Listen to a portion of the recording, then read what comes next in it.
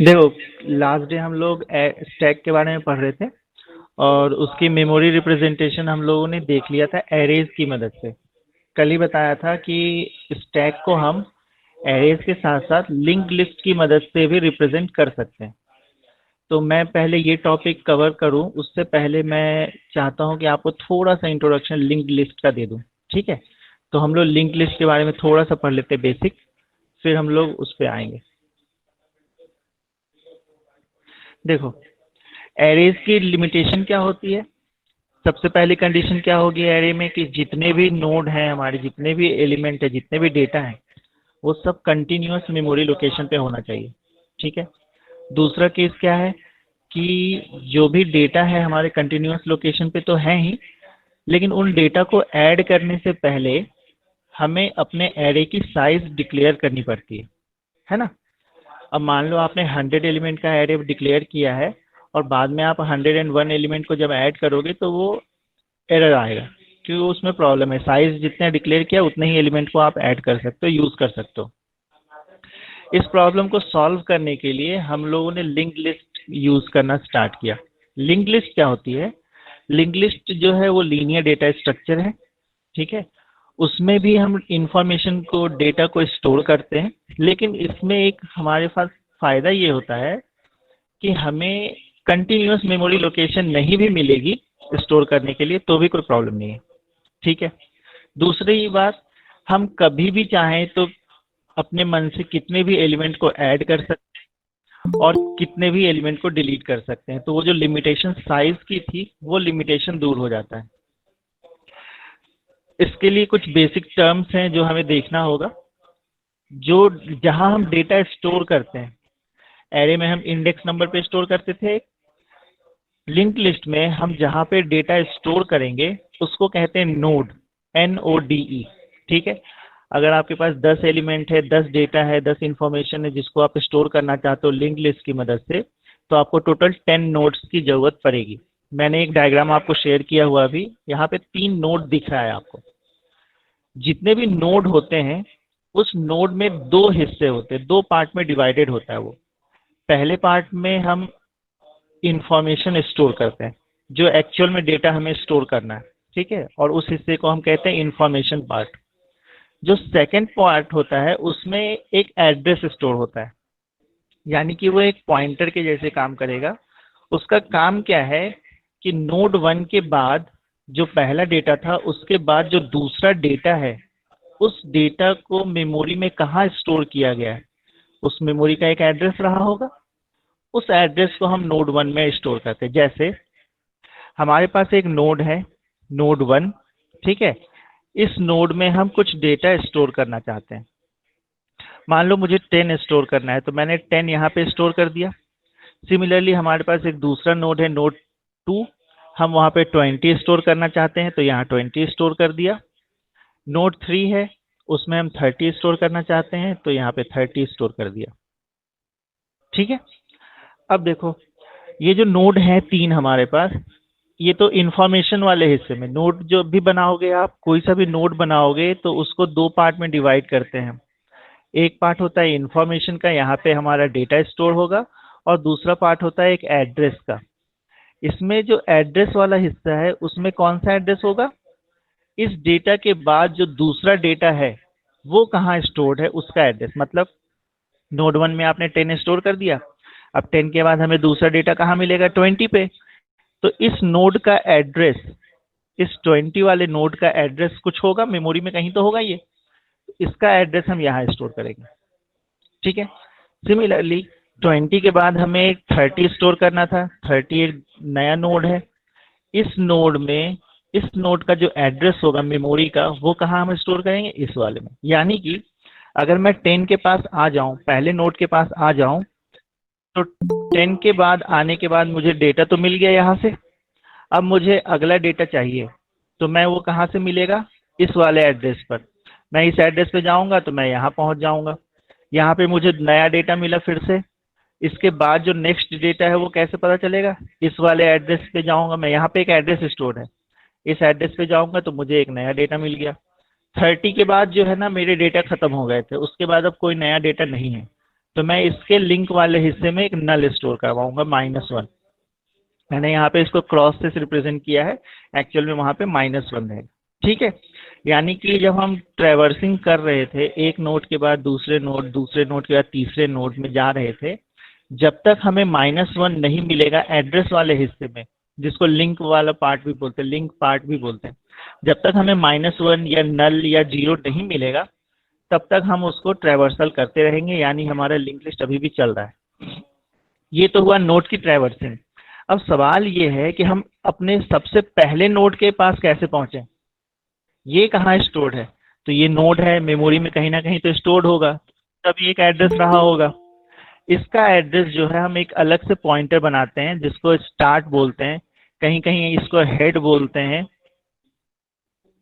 ठीक है, स्टार्ट बोलो हेड बोलो एक ही चीज है। ये एक अलग से स्पेशल पॉइंटर होता है जो कि हमारे पहले नोड का एड्रेस स्टोर करके रखता है, यानी यहाँ पे किसका एड्रेस है? इस वाले नोड का।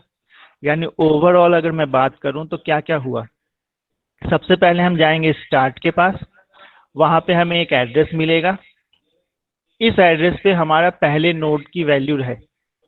मैं इस एड्रेस पे जब जाऊंगा तो मुझे ये वाला डेटा मिल गया। ठीक है, मुझे ये डेटा मिल गया 10। 10 के बाद मुझे फिर से नया डेटा के पास जाना है, उसका एड्रेस मुझे मिलेगा 10 के लिंक वाले हिस्से में। इस एड्रेस पे मैं जाऊंगा तो मुझे एक नया डेटा फिर से मिला 20। 20 के बाद मुझे फिर से तीसरे डेटा के पास जाना है, उसका एड्रेस कहाँ स्टोर्ड है? 20 के लिंक वाले हिस्से में। मैं इस लिंक वाले हिस्से के एड्रेस पे जाऊंगा तो मुझे मिलेगा 30। 30 के बाद मैं चेक करता हूँ क्या और भी डेटा है या नहीं, तो उसके लिंक वाले हिस्से में जाओगे तो आपको मिलेगा क्रॉस। क्रॉस मिल गया, इसका मतलब कि हमें हमारा सारा डेटा मिल चुका है। ठीक है, तो लिंक लिस्ट के केस में आपको दो बातें याद रखनी होगी। पहली ये कि इसमें पॉइंटर्स यूज हो रहा है। सबसे फर्स्ट नोड जहाँ पे हम डेटा स्टोर करते हैं उसको नोड बोलते हैं। नोड में दो पार्टीशन होता है, एक इंफॉर्मेशन का पार्ट, दूसरा लिंक या एड्रेस का पार्ट। इंफॉर्मेशन के पार्ट में हम अपने एक्चुअल इंफॉर्मेशन को स्टोर करते हैं। लिंक या एड्रेस के पार्ट में एड्रेस होता है जो हमें अपने दूसरे डेटा के पास लेकर जाएगा। ठीक है, पहले नोड का एड्रेस जो है हम एक स्पेशल पॉइंटर में रखते हैं जिसका नाम स्टार्ट है या हेड बोल सकते हैं उसको। हेड के पास पहले नोड का एड्रेस है, हम वहाँ हेड के पास रीड करेंगे तो एक एड्रेस मिलेगा, उसके बाद हम नोड 1 पे जाएंगे, वहाँ से इंफॉर्मेशन ले सकते हैं। नेक्स्ट डेटा के पास जाने के लिए उसके लिंक वाले हिस्से में चेक करो, एड्रेस मिलेगा। नए नोड पे जाओगे आप, वहाँ आपको फिर से इंफॉर्मेशन मिला, फिर आपको एक लिंक वाले हिस्से में एड्रेस मिलेगा, उसके बेसिस पे आप थर्ड नोड पे जा सकते हैं और सो ऑन, इसी तरह से। ठीक है, इसको और अच्छे से क्लियर करने के लिए हम एक और एग्जांपल देखते हैं। ये एक मेमोरी है कंप्यूटर की, हर एक सेल का अपना खुद का एक एड्रेस है। मान लो ये 100 है ना, सॉरी यहाँ पे नंबर दिया ही हुआ है, इसका एड्रेस जो है इस केस में यहाँ पे दिया हुआ है 1 2 3 4। अब देखो ये एड्रेसेस दिए हुए हैं, एजम्पशन के लिए हमने 1 2 3 4 मान लिया, एक्चुअल में ये हेक्साडेसिमल में रहता है। ये हमारा इंफॉर्मेशन है, पेशेंट का नाम, और ये है हमारा नेक्स्ट हिस्सा, यानी कि मैं नोड जब बनाऊंगा, ये नोड है, इसमें दो चीजें होंगी, एक में होगा पेशेंट और दूसरे में होगा नेक्स्ट। मैं पूरा वर्ड नहीं लिख पाऊंगा है ना, यहाँ पे पेशेंट का नेम है और ये रहा हमारा स्टार्ट। हम सबसे पहले स्टार्ट के पास आए, वहां पे एक एड्रेस हमें मिला 5। इस मेमोरी में 5 एड्रेस पे जब आप जाओगे तो आपको आपका पहला पेशेंट का नाम मिल जाएगा। ठीक है, तो पहले पेशेंट का नाम आपको मिल चुका है, अब आप इसके साथ जो करना चाहो वो कर सकते हो। ठीक है, इसको प्रिंट कराना है प्रिंट करा दो, जो भी करना है आप कर लो। अब इस पेशेंट के बाद जो नेक्स्ट पेशेंट है उसका एड्रेस कहाँ लिखा हुआ है? इसके नोड वाले, इस नोड के लिंक वाले हिस्से में 3। यानी अब हम यहाँ से जाएंगे 3 एड्रेस पे। 3 पे जब गए तो हमें नेक्स्ट अपना पेशेंट मिल गया। इस पेशेंट के बाद जो नया पेशेंट है वो कहाँ मिलेगा? 11 नंबर पे। 11 नंबर पे आप जाओगे तो आपको यहाँ पे एक नया पेशेंट मिला। उसके बाद का पेशेंट कहाँ है? 8 नंबर पे आपको एक नया पेशेंट मिला। फिर 1 पे जाओगे आप, इस 1 से जाओगे तो कहाँ है?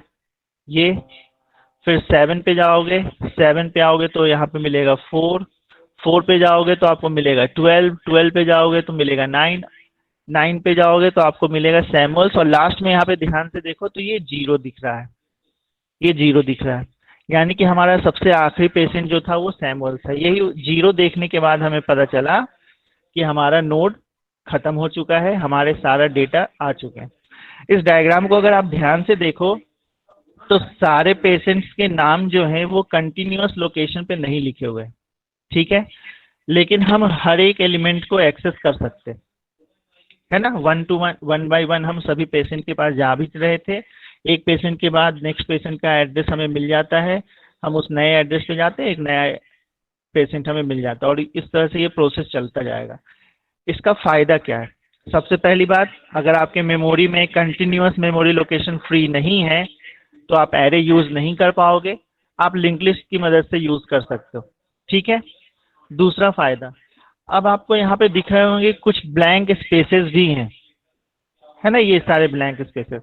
अब मान लो आपको सैमुअल्स नाम के बाद एक नया पेशेंट ऐड करना था, तो उस पेशेंट को आप आसानी से ऐड कर सकते हो। कैसे ऐड करोगे? इस लिंक वाले हिस्से में एड्रेस डाल दो, मान लो 2, इस 2 पे उस पेशेंट का नाम ऐड कर दो और यहाँ पे लगा दो 0। आया समझ में? तो इसमें किसी भी एलिमेंट को ऐड करना आसान होता है। सिमिलरली हम इसमें से किसी भी एलिमेंट को डिलीट भी कर सकते हैं। जैसे मान लो अभी इसमें लास्ट पेशेंट कौन सा था? सैमुअल्स, उसके लिंक हिस्से में 0 लिखा है। हम इसके पहले का एलिमेंट कौन सा है? 9, 9 कहाँ लिखा हुआ था? 12th नंबर पे।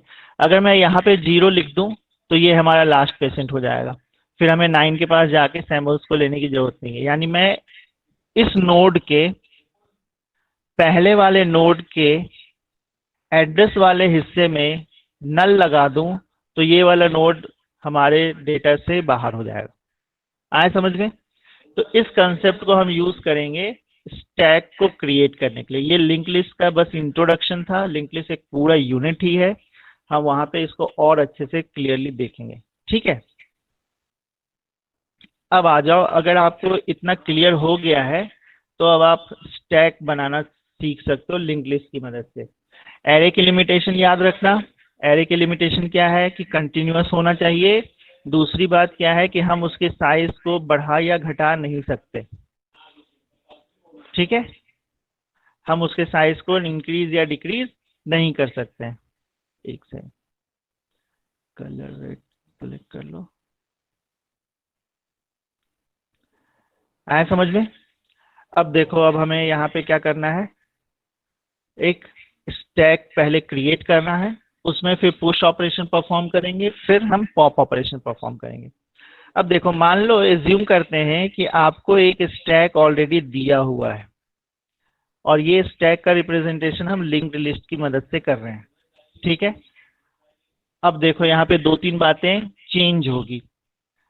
हमें स्टैक के बारे में पता है कि कोई सा भी एलिमेंट एडिशन या डिलीशन जो है वो टॉप पे ही होगा, ठीक है। तो हमने सबसे पहले ये एलिमेंट बनाया था, ये हमारे टॉप पे रहा होगा। फिर हमने एक नए एलिमेंट को ऐड किया, इस नोड को इस वाले नोड से लिंक किया और अब टॉप पर ये आ चुका है।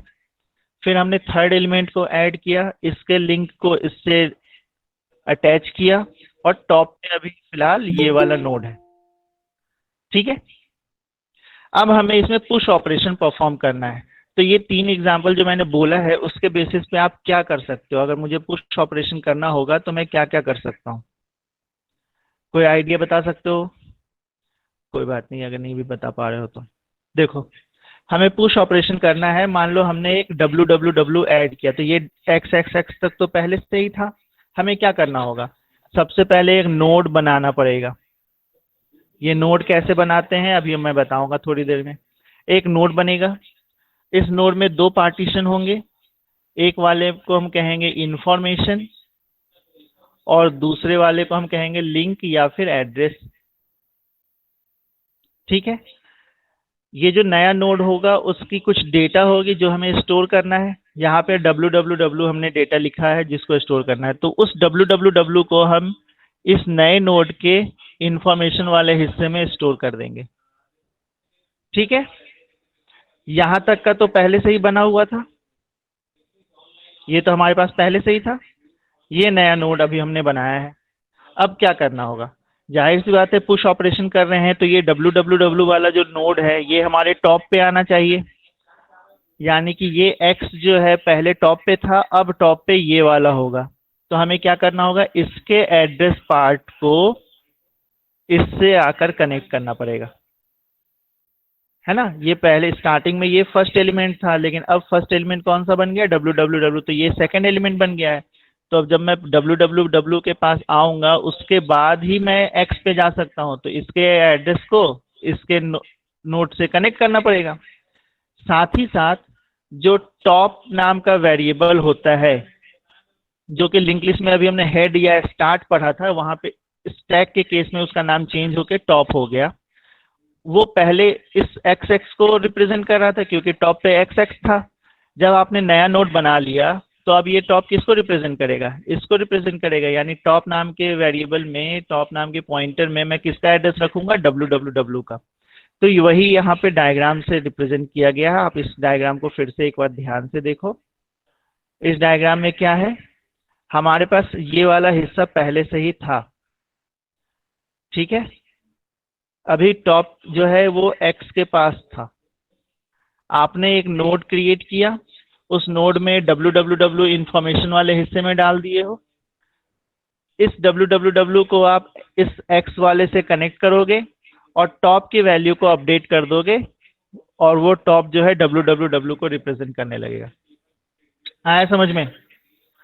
ये था हमारा पुश ऑपरेशन। इसकी एल्गोरिदम भी अभी हम लोग देखेंगे। सिमिलरली अगर मुझे इसमें पॉप ऑपरेशन करना हो, यानी मुझे किसी वैल्यू को डिलीट करना हो, तो क्या करना पड़ेगा, बस इसी का रिवर्स ऑर्डर कर दो।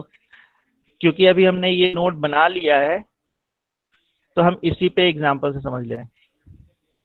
देखो आपके पास ये वाला एक link list stack as a link list यहाँ पे पहले से था। आपको पॉप ऑपरेशन करना है, यानी कि हमें एक एलिमेंट को डिलीट करना है। डिलीशन जब भी होगा या इंसर्शन जब भी होगा तो टॉप से ही होगा।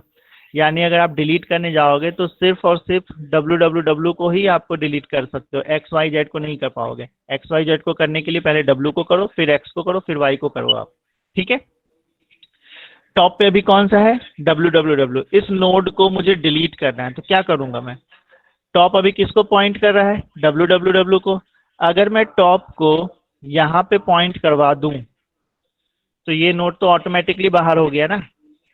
अब आप अगर रीड करने जाओगे तो टॉप किसको पॉइंट कर रहा है, एक्स को। तो पहला नोड आपको मिल गया है, ये अभी था ये वाला, यानी ये नोड जो है वो आपके स्टैक से बाहर हो चुका है। आया समझ में। यानी पॉप ऑपरेशन में हमें सिर्फ अपने टॉप की वैल्यू को एडजस्ट करनी पड़ेगी। अब टेक्निकली देखा जाए तो क्या किया हमने, ये वाला था नोड नंबर 1, ये वाला नोड नंबर 2, एग्जाम्पल के लिए समझा रहा हूँ, हालांकि ये 0 नोड होगा। ये नोड नंबर 1 है, ये नोड नंबर 2 है। टॉप की प्रेजेंट वैल्यू जो थी उसमें हमने लिख रखा था 1। अब हम क्या कर रहे हैं, इस 1 को चेंज करके कर दे रहे हैं 2। तो टॉप की वैल्यू को हमने अपडेट किया तो ये वाली नोड हमें मिल गई, और ये वाले नोड मिल जाने की वजह से ये नोड जो है लिस्ट से बाहर हो गया। आया समझ में। यानी टॉप की वैल्यू अगर आपने अपडेट कर दी तो आप पॉप ऑपरेशन कर सकते हो। मुझे लगता है ये समझ में आ गया होगा। तो अब हम लोग इसके एल्गोरिदम पे आ जाते हैं। कल का एल्गोरिदम आप लोगों ने पढ़ लिया होगा घर पे, तो अब उसी एल्गोरिदम के बेसिस पे हम लोग आज पुश ऑपरेशन देखेंगे लिंक्ड लिस्ट का। तो देखो एल्गोरिदम क्या है, हम लोग पुश ऑपरेशन कर रहे हैं यानी एलिमेंट को ऐड कर रहे हैं। यहाँ पे हमें एक चीज और देखना है कि हम लिंक लिस्ट की मदद से यूज कर रहे हैं, तो हमें उसका नाम, फंक्शन का नाम कुछ इस तरह से देना होगा जिससे हमें पता चल जाए कि लिंक लिस्ट यूज हो रहा है। तो हमने नाम दे दिया पुश, क्योंकि पुश ऑपरेशन है। लिंक लिस्ट की मदद से स्टैक बना रहे हैं तो हमने उसका नाम दे दिया लिंक स्टैक।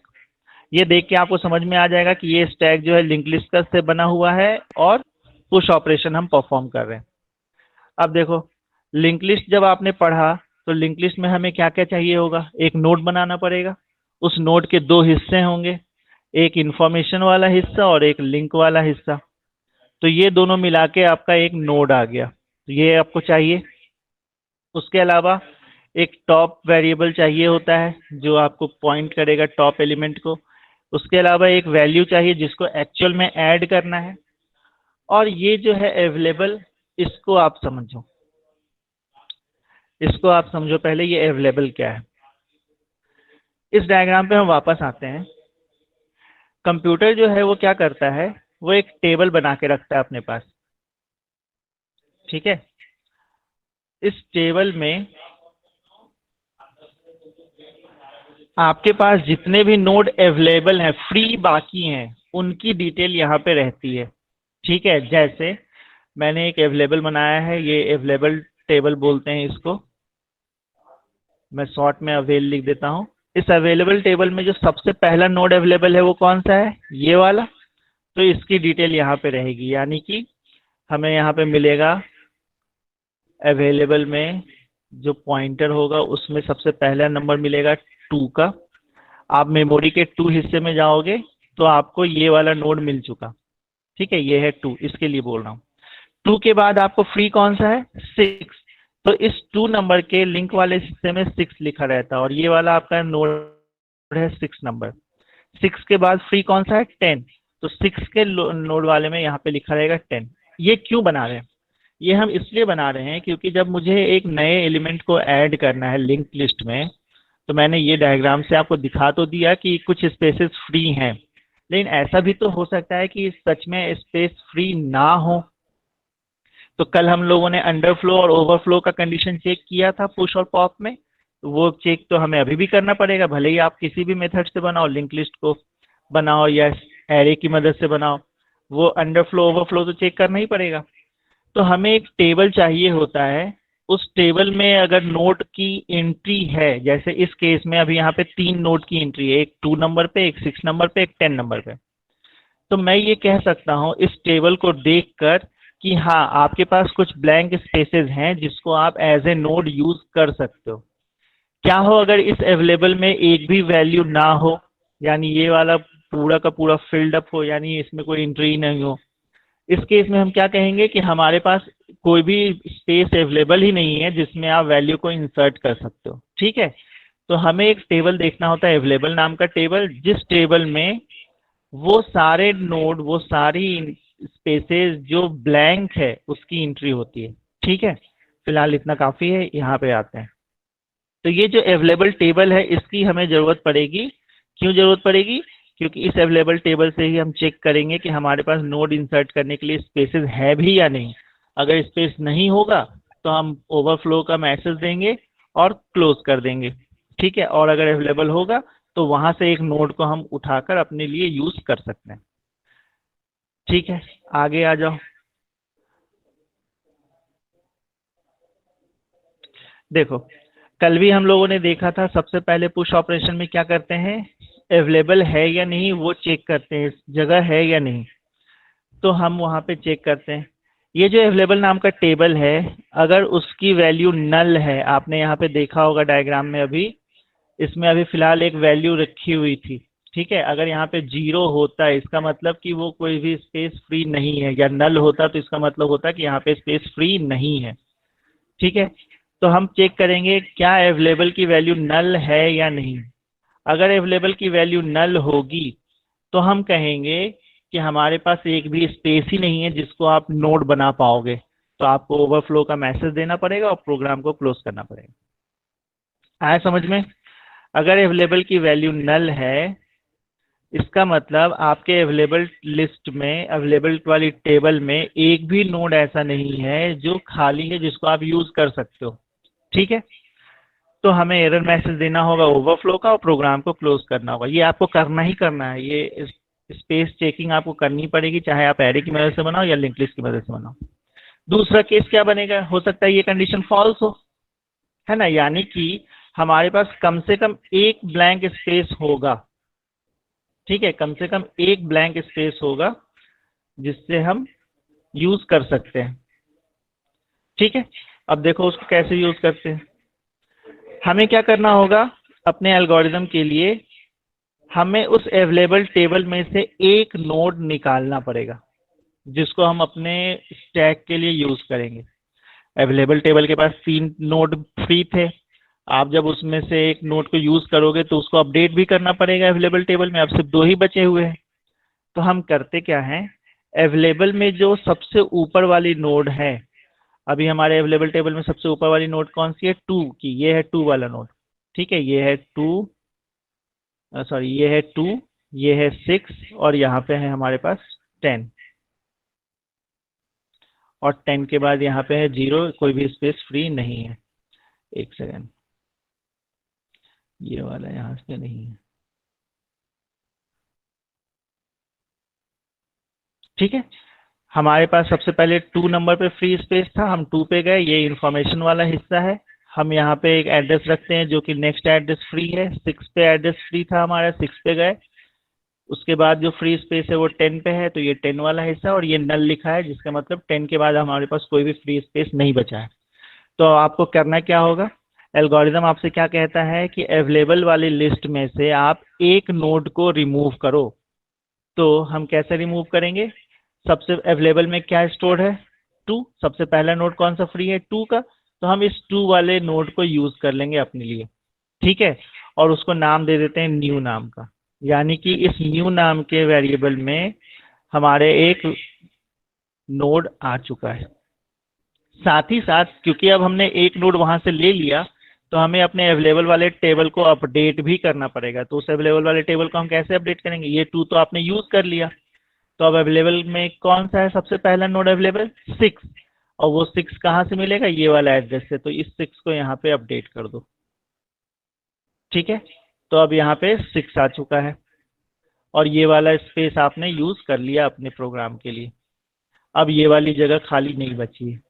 ठीक है, तो हमने इस लाइन में क्या किया है, स्टेटमेंट नंबर 2 में हमने क्या क्या किया है, स्टेटमेंट नंबर 2 में हमने सबसे पहले एक नोड यूज किया अपने अवेलेबल टेबल में से, उस अवेलेबल टेबल में से एक नोड यूज करा है और उसको नाम दे दिया है न्यू, और अपने अवेलेबल वाले टेबल को अपडेट कर दिया क्योंकि अब उसमें एक लिस्ट, एक जगह कम हो गई है।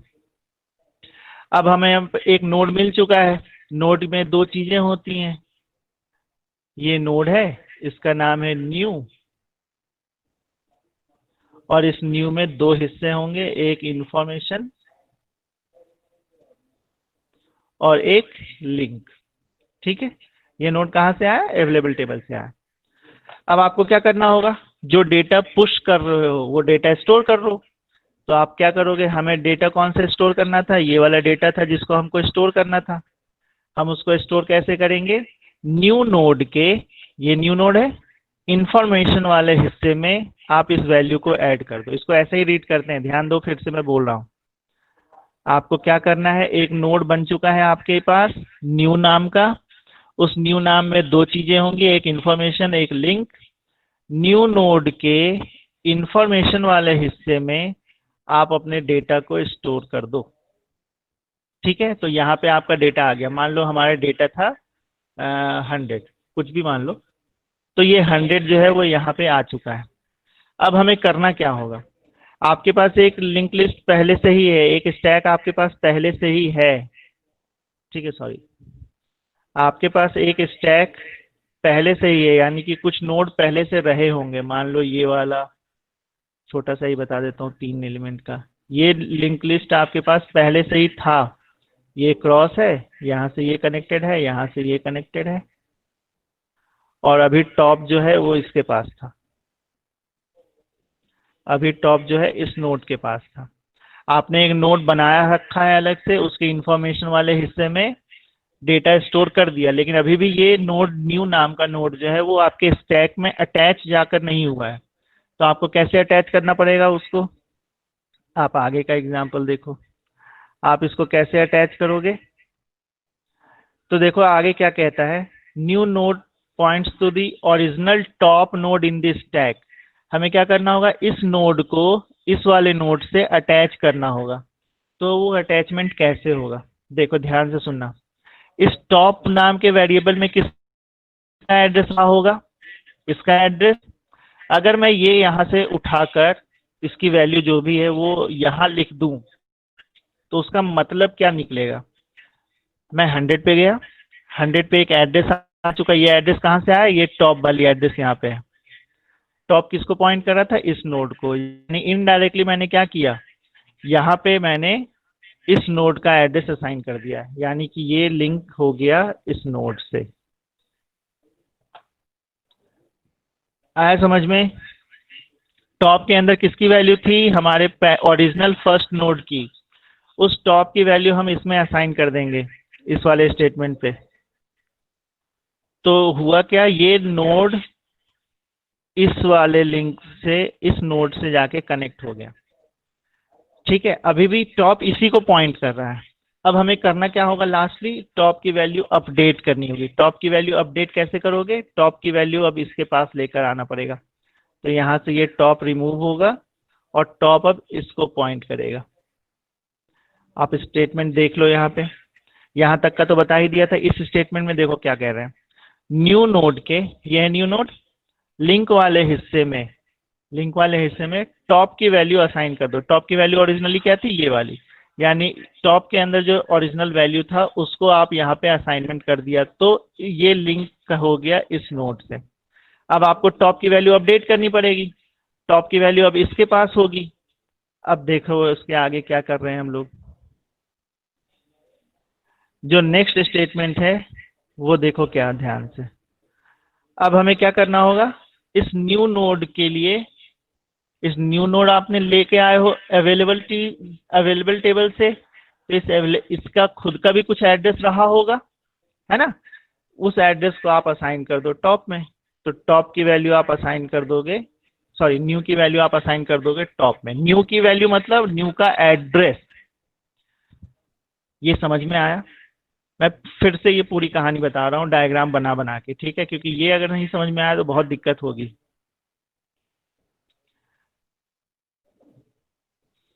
देखो, आपके पास एक स्टैक पहले से था, ठीक है?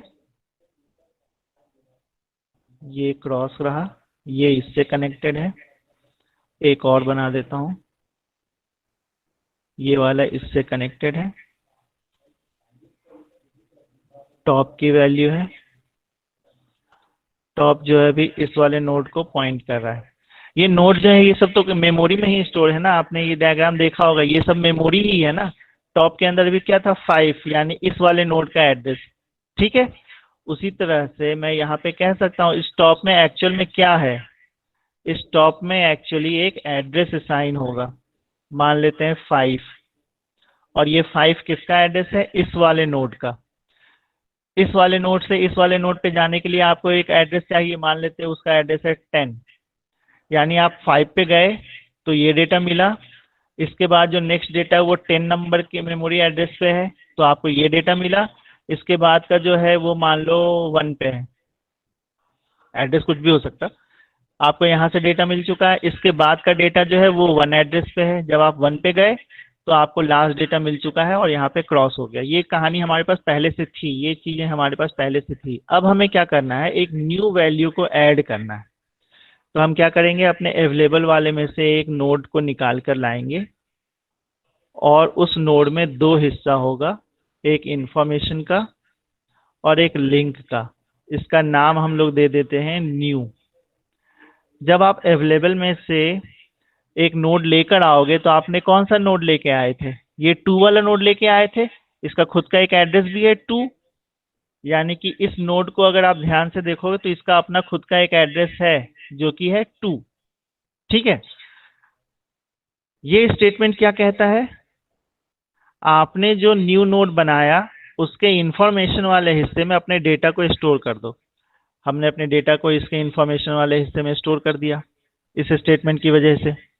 फिर आपसे क्या कहता है कि आपके न्यू नोड के लिंक वाले हिस्से में टॉप की वैल्यू असाइन कर दो। तो टॉप की वैल्यू क्या है, 5। ये है न्यू नोड, इसके लिंक वाले हिस्से में मैं 5 असाइन कर देता हूं। जब आपके ये 5 असाइन होगा, इससे होगा क्या, 5 एड्रेस पे कौन सा था, ये नोड, यानी इसको आपने इससे कनेक्ट कर दिया। वही किया था ना, जब 10 असाइन किया था तो 10 ये 10 एड्रेस था तो 10 वाले इससे ऐड हो गया। उसी तरह 5 जब यहाँ लिखोगे तो 5 से ये कनेक्ट हो जाएगा। लेकिन टॉप की वैल्यू अभी भी इसी को पॉइंट कर रही है, लेकिन हम जानते हैं पुश ऑपरेशन होने के बाद टॉप की वैल्यू इंक्रीज होती है। तो टॉप की वैल्यू को हमें अपडेट करना पड़ेगा, तो टॉप की वैल्यू हम अपडेट कर देंगे न्यू की वैल्यू से। न्यू की प्रेजेंट वैल्यू क्या है 2, तो टॉप की वैल्यू हम कर देंगे 5 की जगह 2।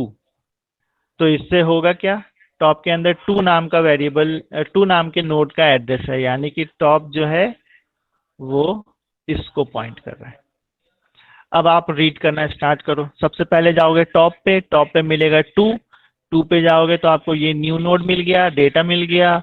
इसके बाद आप 5 पे जाओगे तो ये नोड मिल गया। इसके बाद 10 पे जाओ, ये नोड मिल गया। फिर 1 पे जाओ, ये नोड मिल गया, और आपका लिंक लिस्ट खत्म हो गया। आपने ध्यान अगर दिया हो तो हमने एक न्यू वैल्यू को इंसर्ट कर दिया है।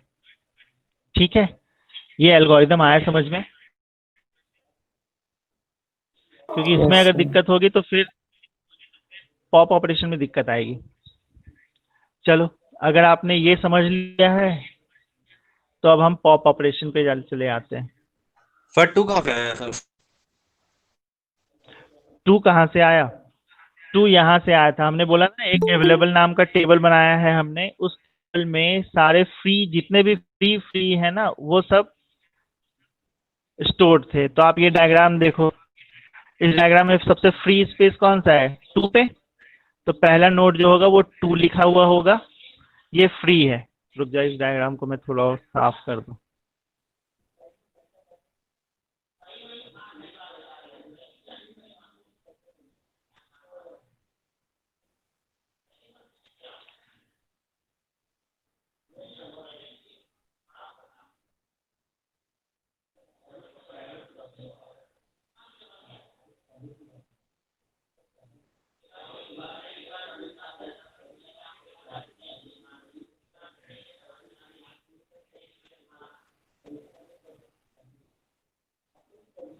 देखो, ये मेमोरी में हमारे कुछ डेटा हैं और कुछ डेटा फ्री बाकी थे। तो एक टेबल हम बना के रखते हैं जिसमें सारे फ्री जितने भी नोड हैं वो सब लिखे होंगे। तो सबसे पहला फ्री नोड कौन सा है? 2 एड्रेस पे। तो हमने उसको यहाँ पे लिख दिया 2 एड्रेस पे, ये वाला नोड फ्री है। उसके बाद कौन सा नोड फ्री है? 6 एड्रेस पे। तो फ्री वाले को हमने यहाँ लिख दिया 6 पे, ये नोड फ्री है। फिर कौन सा फ्री था? 10। तो हमने 10 वाले को यहाँ लिख दिया, ये नोड फ्री है। अब हमें एक के बाद एक दूसरे पे जाना भी है, जैसे इसमें ट्रैवर्स किया था हमने, वैसे इन फ्री वाले नोड पे भी ट्रैवर्स करना है। हम एक अवेलेबल नाम का पॉइंटर बनाते हैं, उसमें सबसे पहले नोड जो फ्री है उसका एड्रेस रखते हैं। तो सबसे पहला नोड फ्री कौन सा था? 2। तो हम इसमें 2 लिख दिया। 2 के बाद जो नेक्स्ट नोड है वो है 6 फ्री। तो 2 के लिंक वाले हिस्से में हम क्या लिखेंगे? 6। 6 के लिंक वाले हिस्से में क्या लिखेंगे? 10, क्योंकि 6 के बाद जो फ्री है वो 10 पे है। 10 के बाद कोई सा भी नोड फ्री नहीं है तो हम वहां पे नल लिखेंगे। जब आपको कभी भी एक नोड बनाना होगा तो आप सबसे पहले अवेलेबल को चेक करोगे कि वहां पे एंट्री है या नहीं। इस केस में हमारे पास एंट्री है। हो सकता है किसी केस में कि ये कोई फ्री रहा ही ना हो, यहाँ पे भी कोई वैल्यू है, यहाँ पे भी कोई वैल्यू है, यहाँ पे भी कोई वैल्यू। उस केस में आपके पास कोई भी नोड फ्री था ही नहीं, यानी अवेलेबल के अंदर कुछ रहेगा ही नहीं। उस केस में आप नया नोड बना ही नहीं सकते हो, यानी आपका मेमोरी पहले से ही फुल हो चुका है। वैसे केस में हम एक ओवरफ्लो का एरर मैसेज देंगे और प्रोग्राम को बंद कर देंगे। ठीक है, पर अभी के केस में हमारे पास एक फ्री स्पेस है, तो हमें क्या करना होगा? इस नोड को अपने लिए यूज करना होगा। ठीक है, तो ये यहाँ से आया है 2। आप यहाँ पे देखो, जो मैंने डायग्राम बनाया था, ये हमने न्यू नोड जो बनाया वो वहां से 2 वाले को उठाया है, उसका एड्रेस है 2, नाम हमने दे दिया न्यू। उसमें यहाँ पे इंफॉर्मेशन रखेंगे और यहाँ पे एक एड्रेस या लिंक रखेंगे। अपने डेटा को यहाँ स्टोर कराएंगे। इस वाले को ओरिजिनली जो स्टैक था उसके टॉप वाले एलिमेंट से कनेक्ट करेंगे, और ये टॉप की वैल्यू अब जो है वो इसको पॉइंट करने लगेगी। ये यहाँ पे लिखा हुआ है। ठीक है, अब आ जाओ पॉप ऑपरेशन पे। पॉप ऑपरेशन में हमें क्या करना होता है? एक नोड को डिलीट करना होता है ना? तो अब हम पॉप ऑपरेशन पे देखते हैं। पॉप ऑपरेशन के लिए भी हमें वैसा ही एक फंक्शन बनाना है, तो उसका नाम दे दिया पॉप। लिंक लिंक लिस्ट की मदद से स्टैक बना रहे हैं तो उसका नाम दे दिया लिंक स्टैक, जिससे हमें पता चले कि लिंक लिस्ट यूज हो रहा है। ये दोनों डेटा चाहिए आपको नोड बनाने के लिए।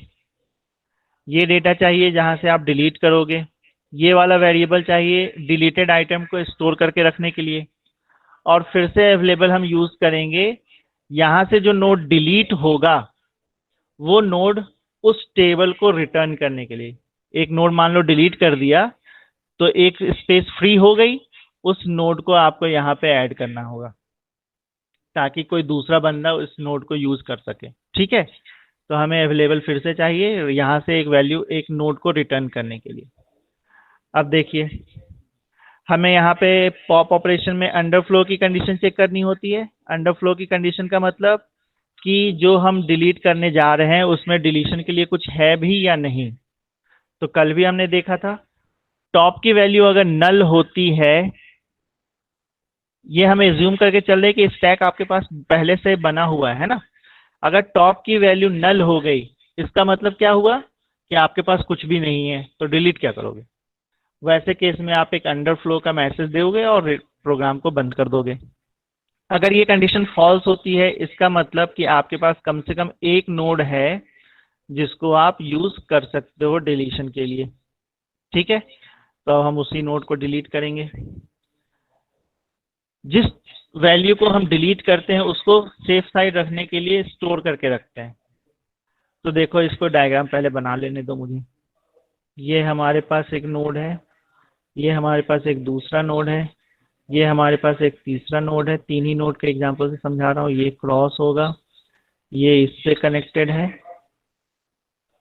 और ये इससे कनेक्टेड है। फिलहाल टॉप नाम का जो वेरिएबल है, टॉप नाम का जो पॉइंटर है वो किसको पॉइंट कर रहा है? वो इस वाले नोड को पॉइंट कर रहा है क्योंकि ये हमारा टॉप पे है और डिलीट भी यही वाला नोड होगा। ठीक है, इसका खुद का एक एड्रेस रहा होगा मेमोरी पे, कुछ भी मान लो ये 10 है, ये 20 है, ये 30 पे स्टोर्ड है। डेटा है तो मेमोरी एड्रेस होगा ना उसका। तो टॉप के अंदर अभी हमने क्या स्टोर कर रखा है? 10 यानी कि पहले नोड का एड्रेस। ठीक है, पहले नोड के लिंक वाले हिस्से में दूसरे नोड का एड्रेस है, दूसरे नोड के लिंक वाले हिस्से में तीसरे नोड का एड्रेस है, और तीसरे नोड के लिंक वाले हिस्से में नल स्टोर है। इसका मतलब इसके बाद अब कोई नया नोड नहीं है। अब देखो इसको रीड कैसे करते हैं। टॉप ये वाला के इंफॉर्मेशन वाले हिस्से में जो भी है उसको हम आइटम नाम के वेरिएबल में स्टोर कर देंगे। अब आप बोलोगे सर ये टॉप खुद ही तो एक पॉइंटर था, इसका इंफॉर्मेशन वाला हिस्सा कहाँ? इसको रीड ऐसे नहीं करते, इसको रीड हम ऐसे करते हैं। ध्यान से देखना, हम इसको रीड करते हैं टॉप नाम का पॉइंटर जिस नोड को रिप्रेजेंट कर रहा है। तो टॉप किसको रिप्रेजेंट कर रहा है? इस वाले नोड को, यानी हम इसकी बात कर रहे हैं। इस नोड में तो लिंक और एड्रेस दोनों वाला हिस्सा है, इंफॉर्मेशन और एड्रेस दोनों वाला हिस्सा है। टॉप पॉइंटर जिस नोड को रिप्रेजेंट कर रहा है उसके इंफॉर्मेशन वाले हिस्से में जो डेटा है, यानी ये आप स्टोर कर दो आइटम नाम के वेरिएबल में। फिर से बोल रहा हूं, टॉप नाम का पॉइंटर जिस नोड को रिप्रेजेंट कर रहा है, टॉप नाम का पॉइंटर किसको रिप्रेजेंट कर रहा है? इस वाले नोड को। इसके इंफॉर्मेशन वाले हिस्से में जो डेटा है वो आप आइटम नाम के वेरिएबल में स्टोर कर दो, तो आपका डेटा सेफ हो गया। अब हमें क्या करना होगा? इस टॉप की वैल्यू को इससे पॉइंट करवा दें अगर, तो हमारा ये नोड ऑटोमेटिकली बाहर हो जाएगा। ठीक है, वही काम हम यहाँ पे करते हैं। हमने क्या किया आगे देखो। Remember the old value of the top pointer.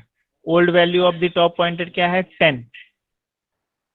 And reset top two point next element in the stack. और टॉप को नेक्स्ट एलिमेंट के लिए पॉइंट करना। अच्छा देखो इस नोड पे हम कैसे आ सकते हैं? ये 20 कहाँ लिखा हुआ होगा? इस नोड का एड्रेस 20 है और ये 20 लिखा होगा यहाँ पे,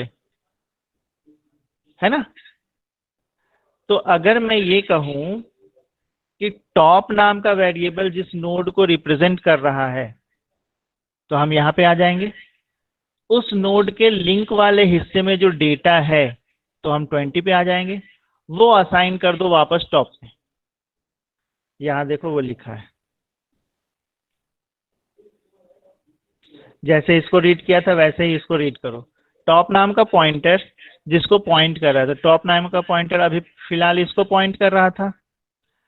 इस नोड में दो हिस्से होंगे, इंफॉर्मेशन और लिंक। इंफॉर्मेशन को हम लोगों ने यहाँ यूज कर लिया, अब लिंक को यूज करना है। टॉप नाम का पॉइंटर जिस नोड को रिप्रेजेंट कर रहा है, यानी इस वाले नोड के लिंक वाले हिस्से में जो डेटा है उस वैल्यू को असाइन कर दो वापस टॉप में, तो ये 20 जो है असाइन हो जाएगा टॉप के अंदर।